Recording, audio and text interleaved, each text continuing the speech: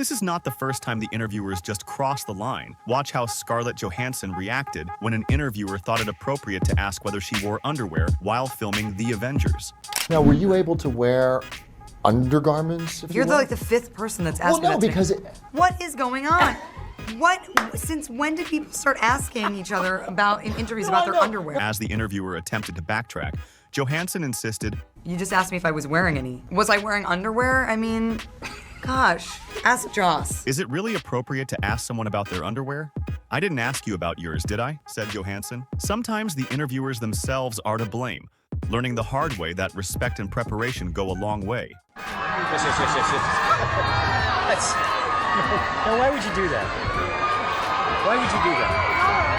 Come here. Why would you do that? Why would you do that? Not very funny. Can you please? No, it's okay. No. Cruz was understandably upset, and the interviewer had to scramble to save face as Cruz demanded an explanation for the prank. The interviewer's desperation to apologize was palpable as Cruz continued to scold him. What's so funny about that? It's ridiculous. Meanwhile, despite a notable transformation in fitness, actor Jonah Hill faced mockery about his weight, which he understandably found frustrating. Are you the fat guy in Hollywood still, or is everybody look at you and they're like, oh wow, this is great, now you're healthy? Do you have any other questions that are smart? Krishnan has shown a pattern of provoking strong reactions from his guests. Just look at what happened when he interviewed film director Quentin Tarantino. But why are you so sure that there's no link between enjoying movie violence and enjoying real violence? I'm going to tell you why I'm so sure. Do not ask me a question like that. I'm not biting. I refuse your question. Why? Because I refuse your question. I'm not your slave and you're not my master. You can't make me dance to your tune. I'm not a monkey. An exasperated Tarantino would succinctly articulate his frustration as Krishnan continued to stumble over his words. No, but you haven't fleshed it out. That's the only reason. It's not my job to flesh it out. No, it's my job to try and ask you to. And I'm shutting your butt down. As Krishnan pressed on, a now enraged Tarantino continued to break the fourth wall, dismantling the mainstream media's business model in dramatic fashion. And I have explained even what you're talking about. I'm just not giving it to you. Why? Because I don't want to, because I've done it already. I have explained this many times in the last 20 years. I just refuse to repeat myself over and over again because you want me to. For you and your show and your ratings. Okay, well, no, it's not about our ratings. No, it is. It is about you want me to say it for you. For your show, this show, right here, right now. Meanwhile, comedian Bill Burr responded with his signature irreverent humor when a disrespectful interviewer suggested that his jokes might be considered offensive. Well, the only reason why I bring it up is some people thought maybe you went a little too far. As far as what? Well, they thought that maybe you were being disrespectful to the Christian religion. Who did? I'm telling you, you need to Google. Oh, good Lord. We did maybe 2 jokes about that? Yeah, exactly. Don't you think the Catholic Church went a little too far? Burr, however, couldn't conceal his frustration when interviewers at an Atlanta radio station acted both disrespectfully and unprofessionally. And this is Bill Burr.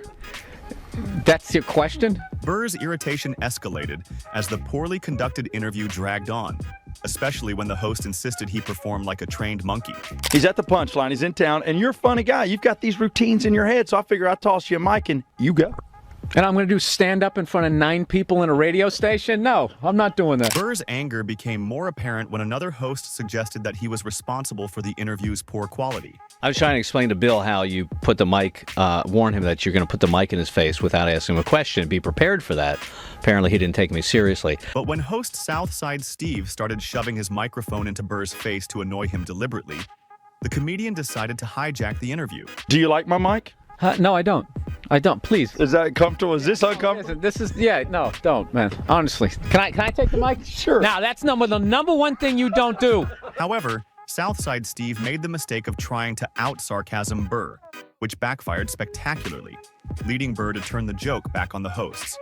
As I learned that in broadcasting school, you never give up the microphone. See, now I have the power. Burr then took over the entire interview and skillfully roasted the hosts, showing just how much more entertaining it could have. This Bob Barker thing. This is the worst interview I've ever done. And he's wearing Stetson cologne or something. It's just really overpowering. These encounters show that celebrities aren't always the only ones at fault in awkward interviews. This next interview got off to a rocky start when sports commentator Bob Costas began his conversation with WWE founder Vince McMahon by criticizing the XFL, McMahon's football league that had flopped within a year. Here now, Vince McMahon. Thanks for coming, Vince. Can you guarantee me right now that there will be a year 2 for the XFL? What a ridiculous statement. It's not a statement, it's a question. It's a question. I beg your pardon. It's a question. No. The tension escalates as the interview progresses. With McMahon nearly losing his temper, actor Billy Bob Thornton became irate on Canada's Q radio show while promoting his band, the Boxmasters. Thornton's temper flared when the host ignored his request to avoid discussing his Hollywood career. Are you reacting to the fact that I said? Yeah, I am. Since you're instructed not to talk about shit like that, yeah, I am reacting to that. Yeah. Because I mentioned that you were an actor and a screenwriter? Well, first of all, that wasn't supposed to be mentioned either. You would prefer me to only do this interview not mentioning at all, just to clarify. That's correct. At all that you've ever done anything in terms of acting, screenwriting. That's correct. Meanwhile, actor Matt Damon remained composed when an ambush journalist insulted him at an education reform rally, suggesting that his strong work ethic was due to job insecurity in his acting career. In acting, there isn't job security, right? There's an incentive to work hard and be a better actor because you want to have a job. So why isn't it like that for teachers? You think job insecurity is what makes me work hard?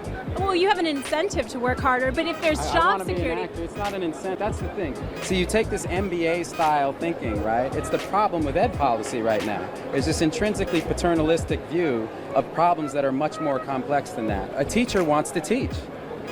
I mean, why else would you take a shitty salary and really long hours and do that job? And the most satisfying burn in this interview occurs when a cameraman interjects with a fabricated statistic. 10% of teachers are bad. Where'd you get that number? I don't know. 10% of people in any profession maybe should think of something else. Right? Well, okay, but I mean, maybe you're a shitty cameraman. In a particularly awkward interview, actor Jesse Eisenberg was caught off guard when host Romina Puga demanded he perform a magic trick. Do you know the comedian Carrot Top? Yes, horrible. Well, you were like the Carrot Top of interviewers. Yeah. Ooh. Yeah. No, and it's a good thing. It's I'm a good gonna thing. cry now. No, don't cry now. Cry after the interview's over, because otherwise I'll look like I'm responsible for it. Okay, so. Well, you are. Well, I don't want to know that though. Okay, well, so you know now. Despite the awkward exchange, Eisenberg tries to entertain Puga with a card trick, though her disinterest prevents the interview from improving. I said your name into camera. What else do you want from me? A magic trick. Okay. All right. So we can wrap this up. This should be your card then? Yes. Really? No. It's not. Is it your card? I mean, it doesn't matter. No, it's not. I don't need to be amazed. I already know how it's done. From fiery showdowns to razor-sharp wit, these interviews reveal just how creative celebrities can get when things get awkward. It's a reminder that in the world of interviews, it's not just the stars who can be caught off guard. Sometimes, it's the interviewer who ends up learning the hard way.